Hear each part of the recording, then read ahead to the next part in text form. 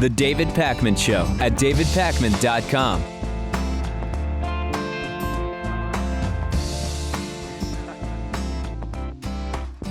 Welcome to the show. Gun sales and gun profits have been soaring since the San Bernadino shootings. I've been saying for years that the NRA has figured out how to boost sales for their clients, gun makers, whether we have lots of gun violence or not lots of gun violence. If gun violence goes down, it's because people have guns. So that keeps everybody safe. The NRA says everybody should have guns, and then gun violence will keep decreasing. If gun violence goes up, or we see individual notable incidents of gun violence, well, you'd better damn well sure have guns to keep yourself safe, because it is dangerous out there. And once again, Lewis, the San Bernadino shooting has caused panic to get more guns, and profits are soaring. Yeah, it seems to happen every time there's a shooting. I don't know what the NRA and other organizations are doing right. Perhaps it's just the climate of fear. Maybe the NRA doesn't really need to be doing much. I don't know. Stock prices for Smith & Wesson are up noticeably since the shooting. Stock prices for Sturm, Ruger & Company were up noticeably after the San Bernadino shooting last week. And it's basically a two-step process. Step one is you do fear-mongering around the shootings. You need more guns because of the shooting to keep yourself safe. That drives sales. But then there's a second layer of fear-mongering, which is, now that there's been a shooting, politicians like Communist Obama are going to use the shooting to take your guns. So you need to very quickly stockpile guns before the laws change. It's two layers, Lewis, and both layers serve to do one thing: boost the profits of the clients of the National Rifle Association.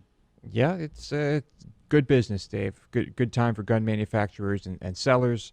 And, what are you going to do? It's the nature of things. And I don't see that changing until guns just aren't as part of our culture anymore, really. And that may never happen. There was an article published on the Intercept website which quoted a bunch of different corporate executives talking about how mass killings improve their profits. It's, for example, Tommy Milner is the guy's name. He's the chief executive officer of retailer Cabela's, which sells guns.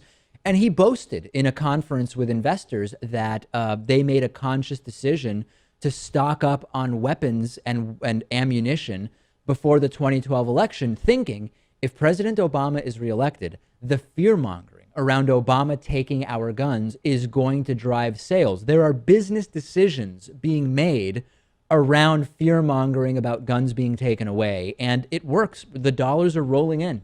Yeah, and I mean, you can't point the finger at Cabela's, right? They're just a store that sells guns and predicted that this might happen. Right.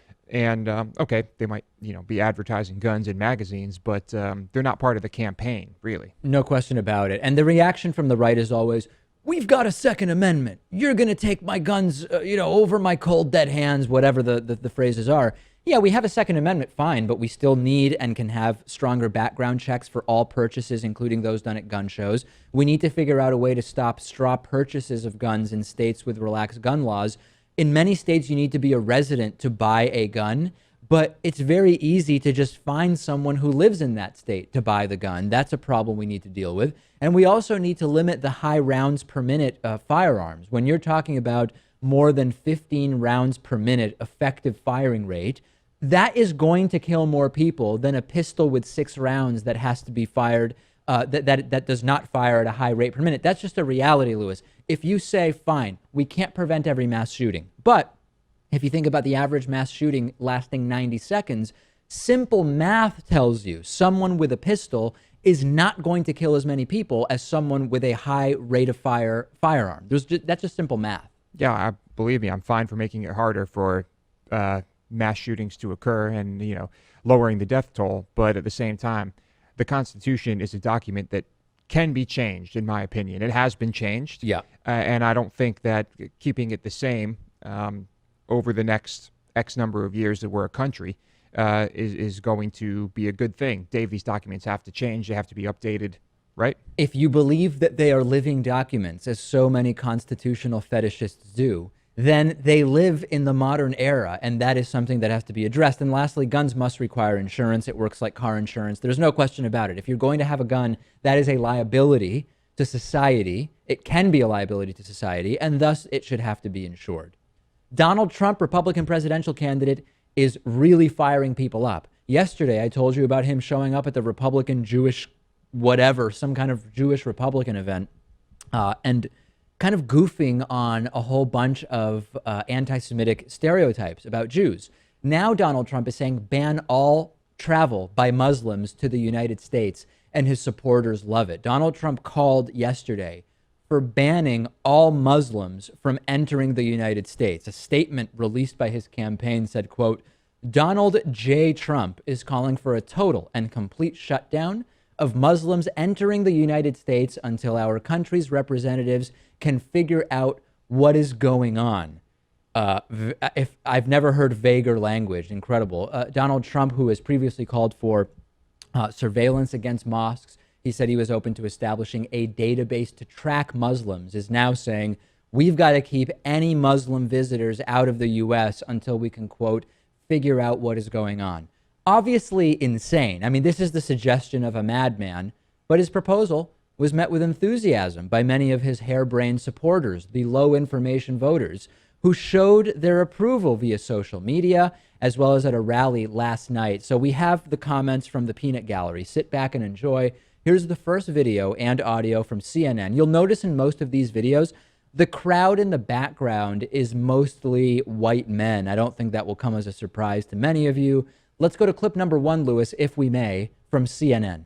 Donald Trump is now saying Muslims should not be allowed to enter this country until the U.S. figures out what's going on. Do you agree with that? Yes, I do. Why? I don't want them here. Who knows what they're going to bring into this country? What, bombs? ISIS? What? Get they them need out. to go. Yeah. Here's another couple of political analysts, and I use that term incredibly loosely. This is video from MSNBC. Brace yourselves. In two different wars, both Iraq and Afghanistan. And I've had too many brothers and sisters lost over there in those two wars, right, to just let them come here free range in our country now. It's a kick in the face to every veteran there is that's fought in those wars. Amen. To us trying to protect our homeland from them coming in, and then the current administration letting them in. So I say ship them all back. Get them out. Seriously. And he's saying don't let any more come in. Don't let any more come in. Ship Keep them all them out. back. Okay. And are you here as a Trump supporter? I am. Absolutely. Yes. So if the election were tomorrow, you'd vote for him? I would. Is there anything that would change that? No, not at all. Not at all. It's a good idea with everything that's going on in the world right now. Yeah. It sounds harsh, but reality's reality. So this would make you more likely to support him or less likely to support him? More. Yeah. I hope someone is following Donald Trump around with a camera. I mean, this campaign could make for one of the greatest political documentaries of all time. And it would be indistinguishable, Lewis, from a satirical documentary, a mockumentary of a presidential campaign. You would not be able to tell them apart. Well, this is fascinating because it's been a while since we had well, I guess what you could call a mainstream candidate that has support and has a chance. Who actually nuts. embraces the racism and the xenophobia, you know? You couldn't really do that before, or maybe you could. Maybe people were just afraid of doing it. This idea from Trump is so crazy that even Dick Cheney says it's out of control. Take a listen to Dick Cheney on the Hugh Hewitt program. It's too nuts for Cheney to get behind. I think this whole notion that somehow we can just say no more Muslims, ban a whole religion, goes against everything we stand for and believe in. I mean, religious freedom's been a very important part of our history and where it came from. A lot of people here, my ancestors got here because they were Puritans. There wasn't anybody here then when they came. But it's a mistaken notion. It's a serious problem, this refugee problem is. It's a serious problem to make certain that the people coming in don't represent ISIS. You've got to set up a vetting process. Yeah. This is like Al-Qaeda saying ISIS is just going too far. Yes, death to America and establish all, kill the apostates and all that. But beheadings? No, that's a little too much. And I know that's not a good example because Al-Qaeda has done numerous beheadings. This idea is too crazy for Dick Cheney to get behind. And the best part is the titillation people are having over freedom when it comes to guns, the Constitution, liberty, blah, blah, blah. Oh, yeah, we're going to force people of a certain religion to stay out of the country. All of a sudden, freedom doesn't matter. I like Cheney's answer, I think that's the first time I've ever said that about anything he said. He's right. It's about religious freedom, and this is still a guy who presumably wants them all to be spied on in the name of national security or what have you. But at least he is, level-headed enough to understand that, it's a small portion of Islam that is as radical as ISIS. So, words of wisdom from Dick Cheney. Who knew? Yeah, when Dick Cheney is the voice of reason, your campaign has gone off the rails. Let's remember that bit of comparison, how relative things can be. A Fox News guest has gotten suspended for saying that President Obama is a total pussy. This is an interesting clip. Fox News actually suspended 2 contributors. Stacey Dash was also suspended for using the S word in relation to something having to do with Obama. Yesterday, during an appearance on Fox Business, Fox News strategic analyst, I love that term, Ralph Peters, said that President Obama is a total pussy, a stunning total pussy after his speech about terror the night before. Let's go to the video and listen to Ralph Peters, an analyst as described by Fox News. Let's hear his great analysis. I think we have it. Do we have it, Lewis? Yes, we seem to be having some audio trouble. Here we go. Ralph Peters. Right, Ralph, I have a question for you. I know you watched last night. I want to know, what were you saying to the TV as the president was speaking? What was your commentary as the president's speech unfolded? Well, first of all, he keeps speaking about we can't give in to our fears. Don't be afraid. Look, Mr. President, we're not afraid. We're angry. We're pissed off. We're furious. Yes. We want you to react. We want you to do something. You're afraid. I mean, this guy is such a total pussy. It's stunning. And okay, people are missing the hilarious hypocrisy. Obviously, nobody's missing the fact that this guy is a clown. That, I think, is pretty clear to our entire audience. The hypocrisy is, out of one side of their mouths, they say President Obama's a total pussy. At the same time, they scream that he's a fascist communist dictator who wants to take your guns and put Christians in concentration camps. Those are pretty bold moves, Lewis. I don't think any total pussy would do that. I don't know. Maybe they would. But Obama being a wuss is a very common theme among, I guess among right-wingers.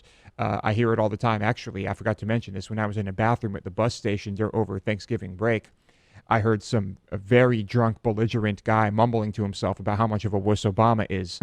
And it was quite a scene. But, very common theme. They have trouble explaining how he's such a wuss. And, I guess foreign policy decisions, I don't know. I don't see it, Dave. I don't see it either. And the 2-week suspension Ralph Peters will be serving, I guess we'll get him off of suspension just in time for his next scheduled appearance. So Fox News really cracking the whip on this guy. I'm trying to picture the scene Stuart Varney described, which is Ralph Peters watching Obama on TV in his living room. I wonder if he dresses in full combat gear whenever Obama speaks to the nation, just in case, because at any point he might have to go and do something. I don't know what it would be. Let's take a break. I'm on Twitter at dpacman. Lewis is on Twitter at LewisMotamedy. We'll be back right after this. The David Pakman Show at davidpakman.com.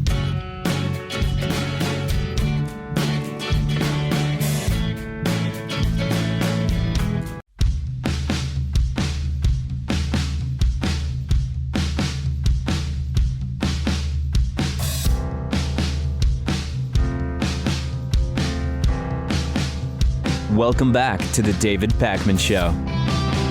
Today's new member of the day is none other than Deanne Carr. Deanne, thank you so much for being a David Pakman Show member. Deanne gets access to the members-only bonus show, the commercial-free audio feed of the show, the commercial-free video feed of the show, and she also gets invited quarterly to our members-only town hall events, private video conferences. Lewis shows up, I show up, and our members are all invited to ask questions about whatever they want. davidpakman.com/membership is the place to sign up. But in addition to that, you can get yourself one of these, a 2016 Patriot Mail calendar for free with your membership at davidpakman.com/calendar16. We have probably a week left in calendar sales because we need time to ship them out and all of that, all of this, as Arnold Schwarzenegger likes to say. davidpakman.com/calendar16 is the place to sign up. Okay, big news about Bernie Sanders. Democratic presidential candidate Bernie Sanders won the online readers poll for Time Person of the Year, topping some of the world's best-known politicians, best-known activists and cultural figures, etc. The Vermont senator won with a little more than 10% of the vote as the poll closed Sunday at midnight.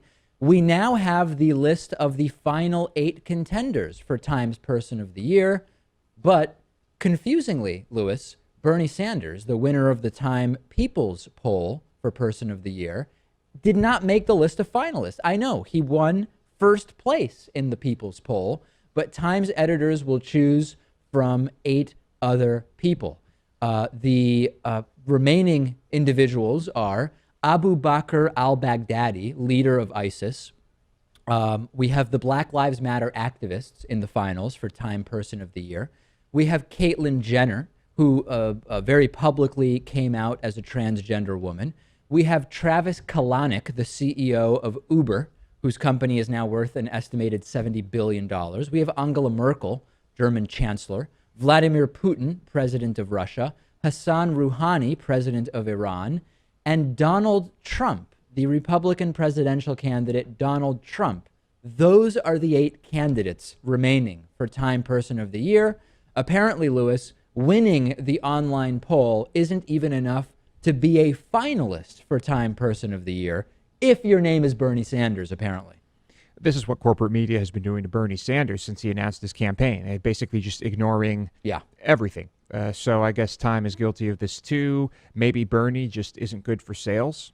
This is a microcosm of what has been happening with Bernie Sanders since he declared his candidacy for president. He wins the Time online poll for Person of the Year, and then he's not even in the list of finalists as determined by Time. And I know Time Person of the Year isn't necessarily someone who's good, right? Lots of villains or so-called bad people have won over the years because they had, for better or worse, a huge impact on the world.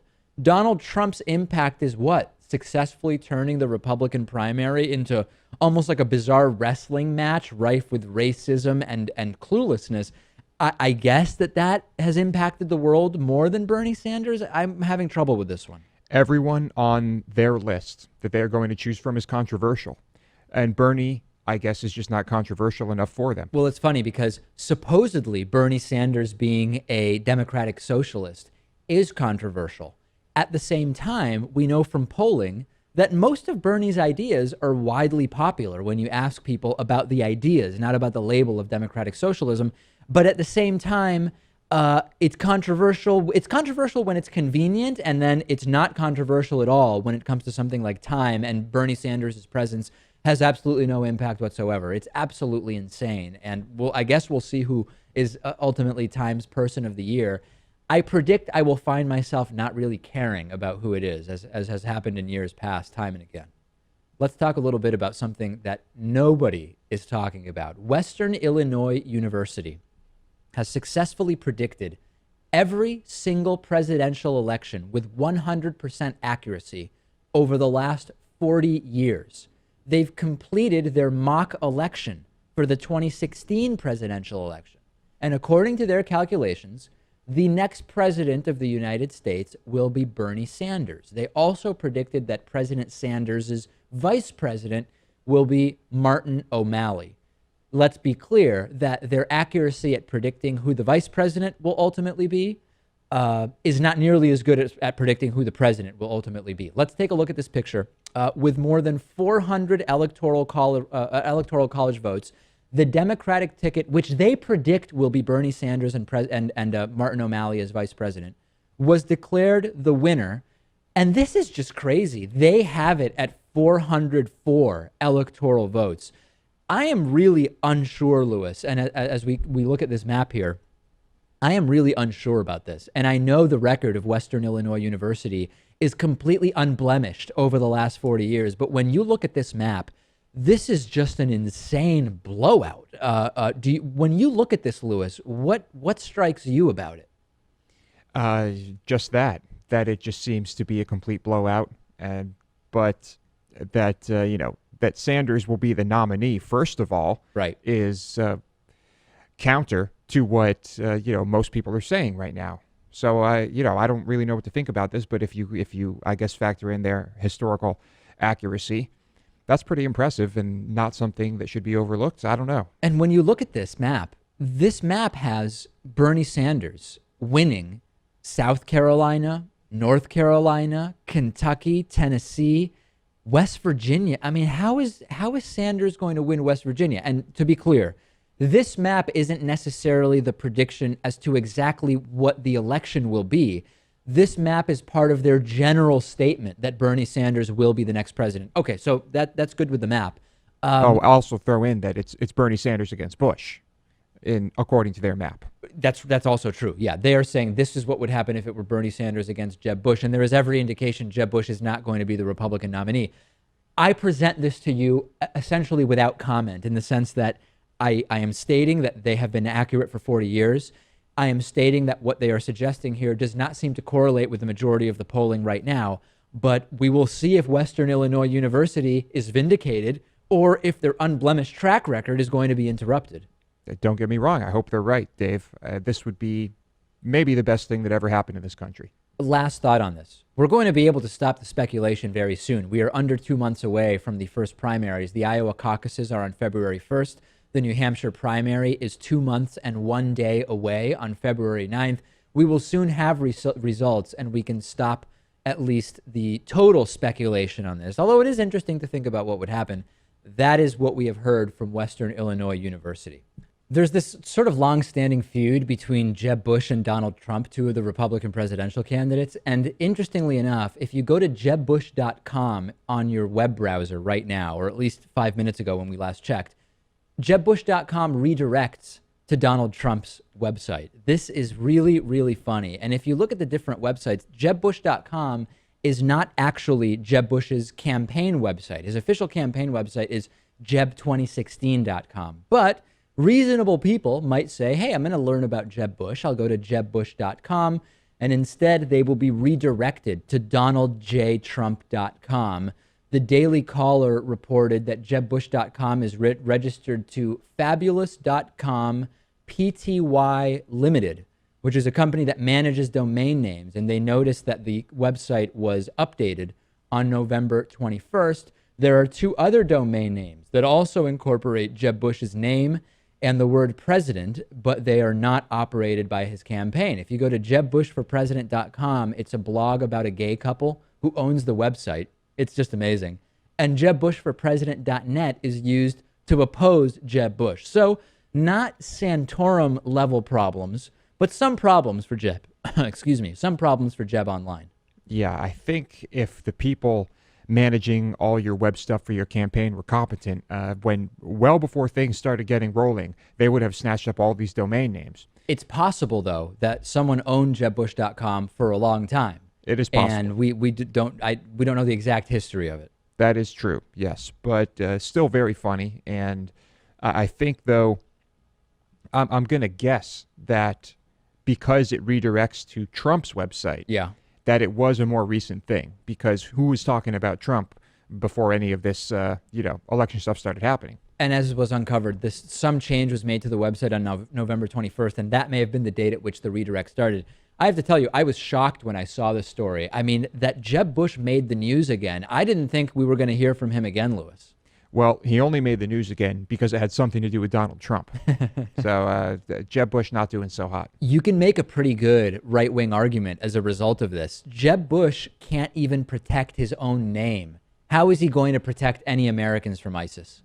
Sounds legitimate to me, Dave. I think that's an actual valid argument. He can't even protect his internet tubes. I mean, from invasion. How's he going to protect the United States from invasion? Totally flaccid. Yeah, I mean, it's all making no sense to me. After the break, we will be joined once again by etiquette expert Marie Dubuque. I am going to run a number of scenarios by her, including a recent dinner that Lewis paid for. Was meant to be a romantic dinner between Lewis and a young lady, and it did not turn out that well. We will talk to etiquette expert Marie Dubuque after the break. The David Pakman Show at davidpakman.com.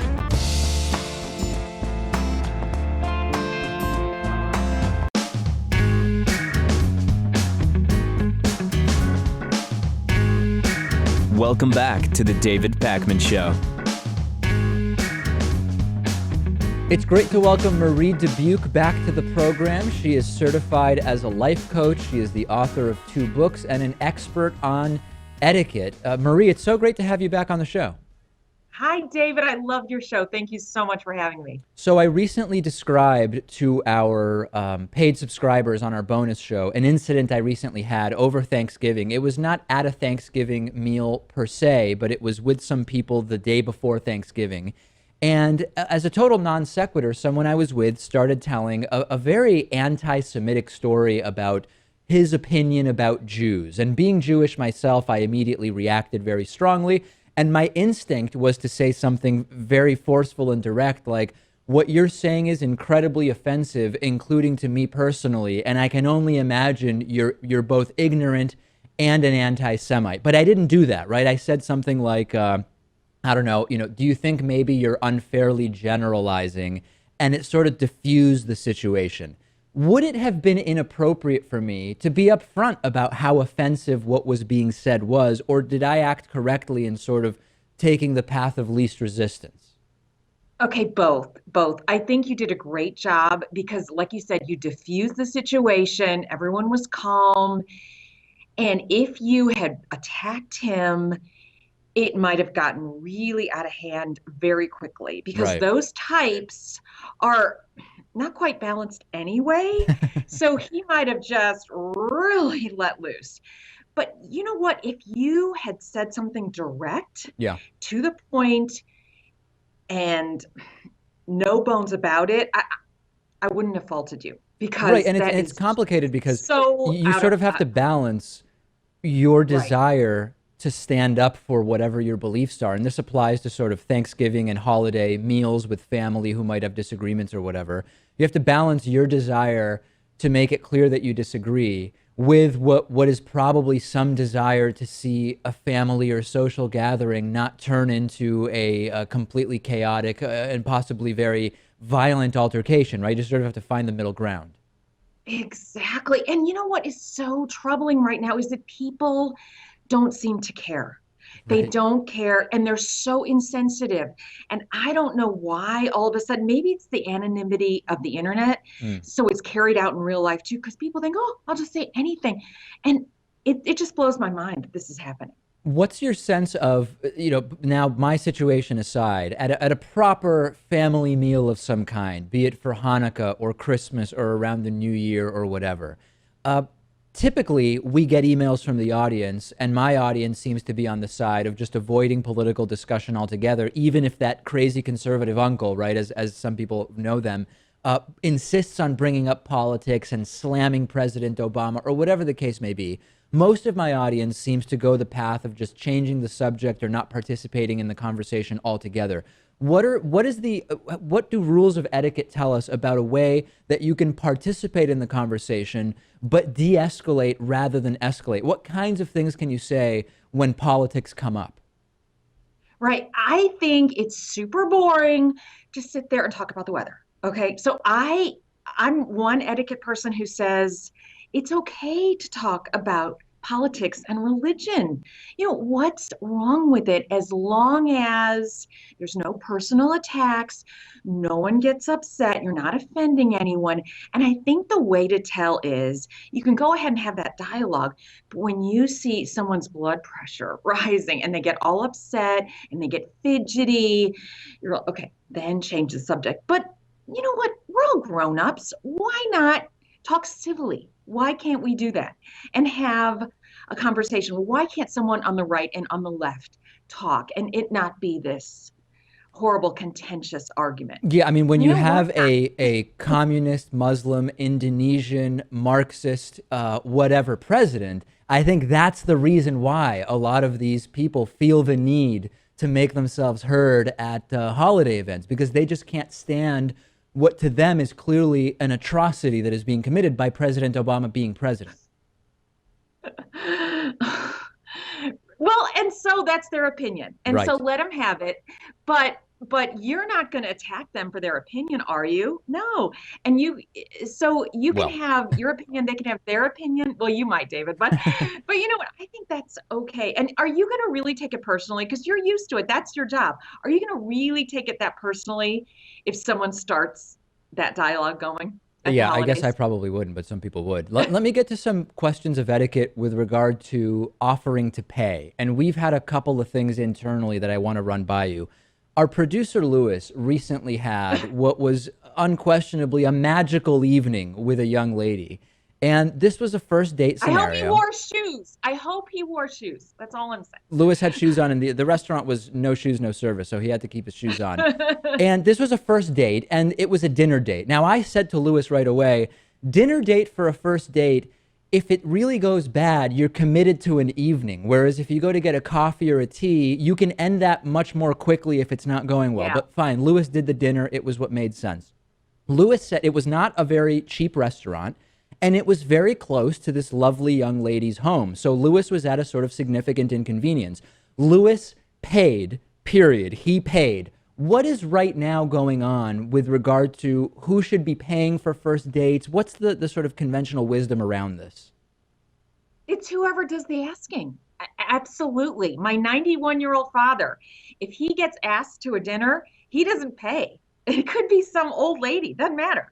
It's whoever does the asking. So he asked her, so definitely he needs to pay. Absolutely. Well, but hold on a second, because this was through an online dating thing. She suggested both dinner and the particular restaurant. So does that change who should be paying?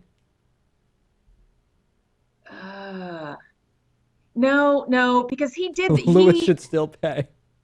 Yeah, Lewis. Yeah, you know what? I'm sorry. I'm old fashioned. Yes, Lewis should pay. He should pay. And you know what? It's wrong of her to suggest an expensive restaurant. And that maybe should be an indication of whether he wants to date her again.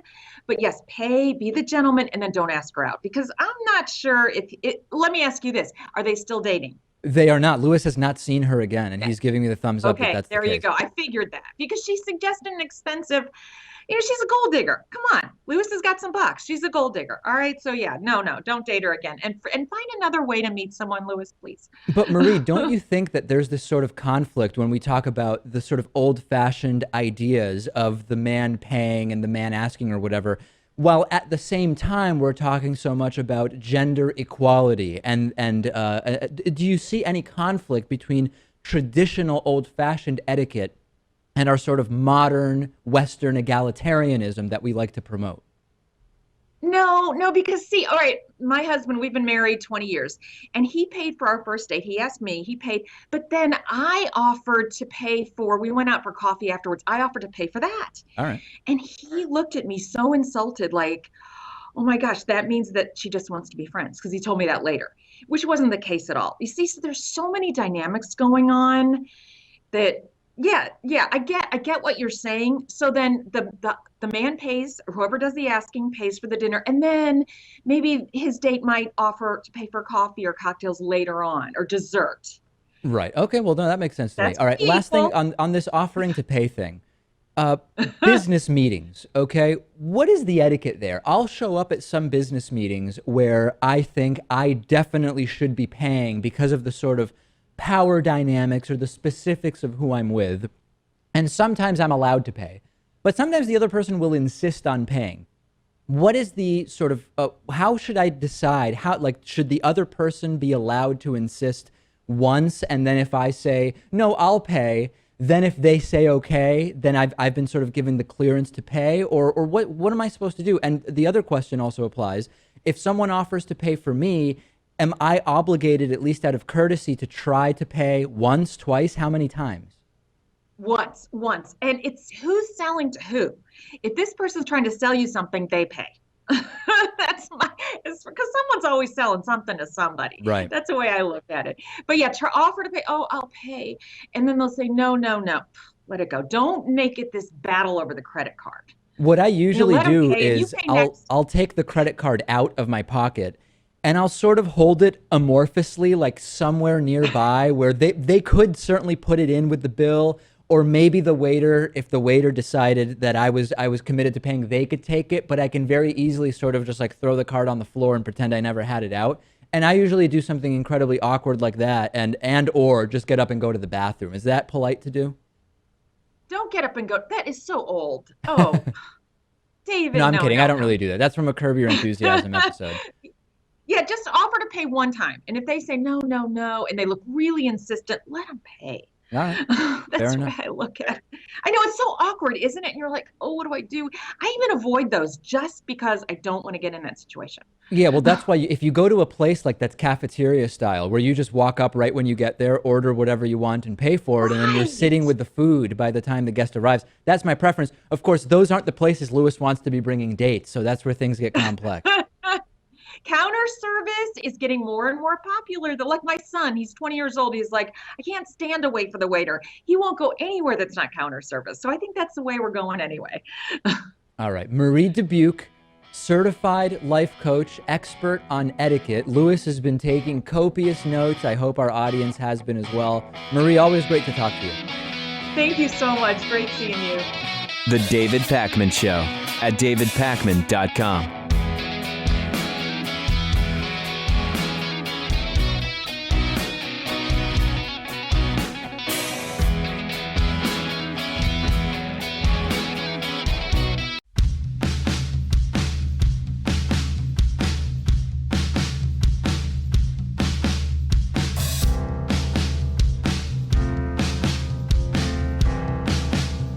Welcome back to the David Pakman Show.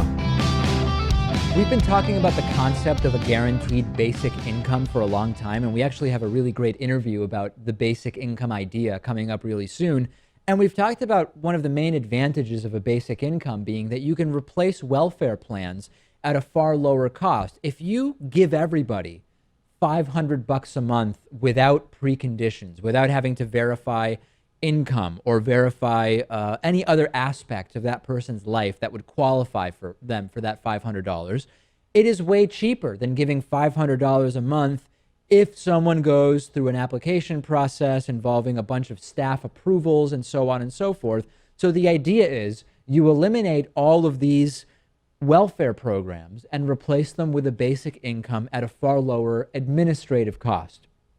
We are going to see whether this works. Finland's government is finalizing plans to give every citizen a basic income of 800 euros per month. This is at current exchange rates about $870 per month. And they would completely eliminate welfare benefits. Almost 70% of Finnish citizens support this idea, according to a poll conducted by the Finnish Social Insurance Institute. The Prime Minister, Juha Sipilä, was quoted as saying, "For me, a basic income means simplifying the social security system. This would be 800 euro tax-free per month. The total cost would be 52.2 billion euro per year." We won't get a final decision on this, Lewis, for about a year, but we are seeing this rapidly move ahead. The Netherlands has already been trialing a similar proposal, with Utrecht set to undergo a pilot project next year. And we spoke yesterday with Richard Wolff, the economist, about this. Maybe a basic income is in the future for many societies. And I think that, a basic income alone won't necessarily, it certainly won't solve all of a modern economy's problems. But you could see this start to go in the direction of decoupling the 40-hour work week as a sort of box that needs to be checked merely to survive and to be able to pay for your basic necessities.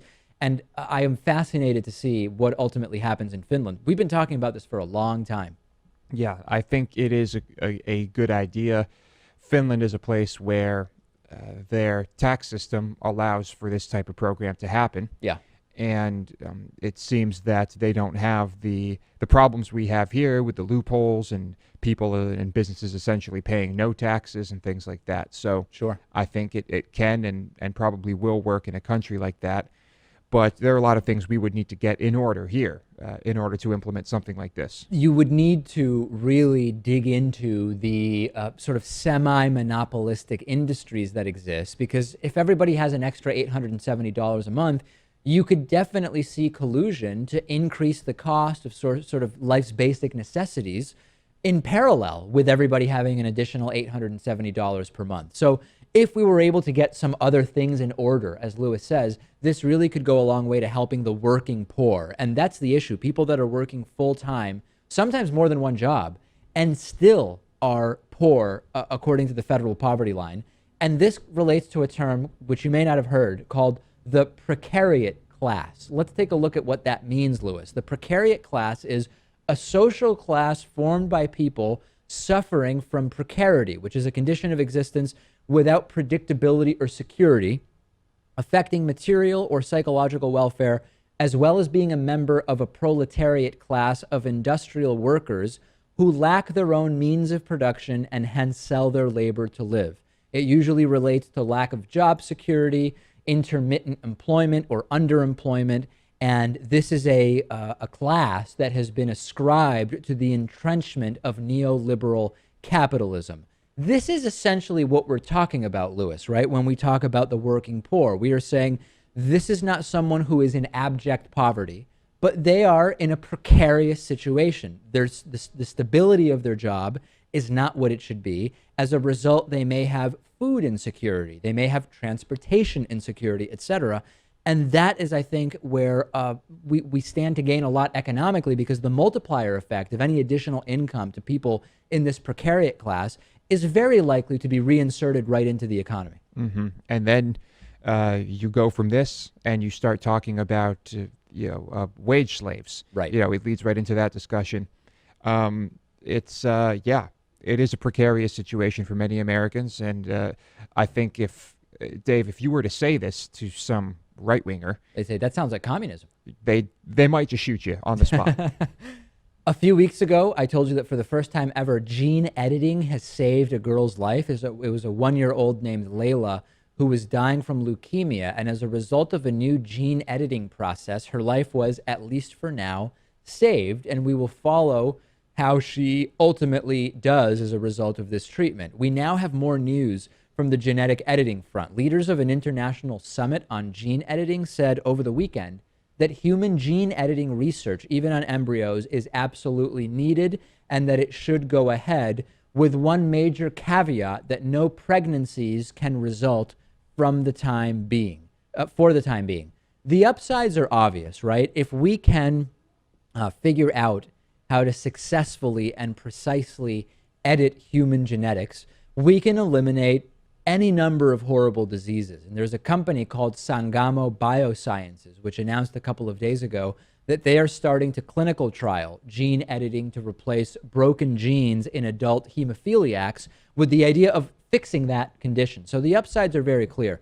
The opponents are concerned that this will lead to designer babies, that it will lead to tinkering with DNA of future generations, and that should be out of bounds. I'm wondering whether resistance is futile here. Once we have the technology, Lewis, to alter babies, babies are going to be altered. And I think that we should look at this more like the drug war, rather than saying make all drugs illegal and pushing this entire thing to the black market. Regulate drugs. And instead of saying you can't do gene editing, say here are the types of genetic editing you can do. Let's regulate it and have broader control, and as a society decide what types of changes should and shouldn't happen. Yep. Well, as with most things in this country, when there's government oversight and regulation, you either have too much regulation or almost no regulation. Right. So I wonder which category this will fall under. But it is futile to put up a stink here, because this is the future. This is going to happen, much like with automation and automated vehicles and all of that. It's going to happen. So, just focus on something more important, like how it will be regulated. Send me your thoughts on what types of genetic editing do you think would be positive, and what types of genetic editing do you think really would be damaging to humans as a society and culture? Some people suggested any gene edit that would not be inherited by the next generation should not be allowed, because then you're basically saying we have to do this edit on every subsequent generation, in addition to possibly others. So one email I got said, you should only be able to do gene edits that would be inherited by the children of those whose genes are being edited. I don't know enough about that suggestion to know how viable it is. Send me your thoughts on this. and we will follow up. Sadly, no time for voicemails today. I will tell you what is on the bonus show. A writer calls BS on modern cocktails. We will discuss. The Texas secessionists are still at it, and the long-awaited follow-up on Miss Teen USA. If you were waiting for that, you have to get the bonus show. And if you weren't, there's plenty more to be discussed on the bonus show. davidpakman.com/membership. Get the free 2016 Hatriot Mail calendar by going to davidpakman.com/calendar16. We will talk to you on the bonus show in mere minutes.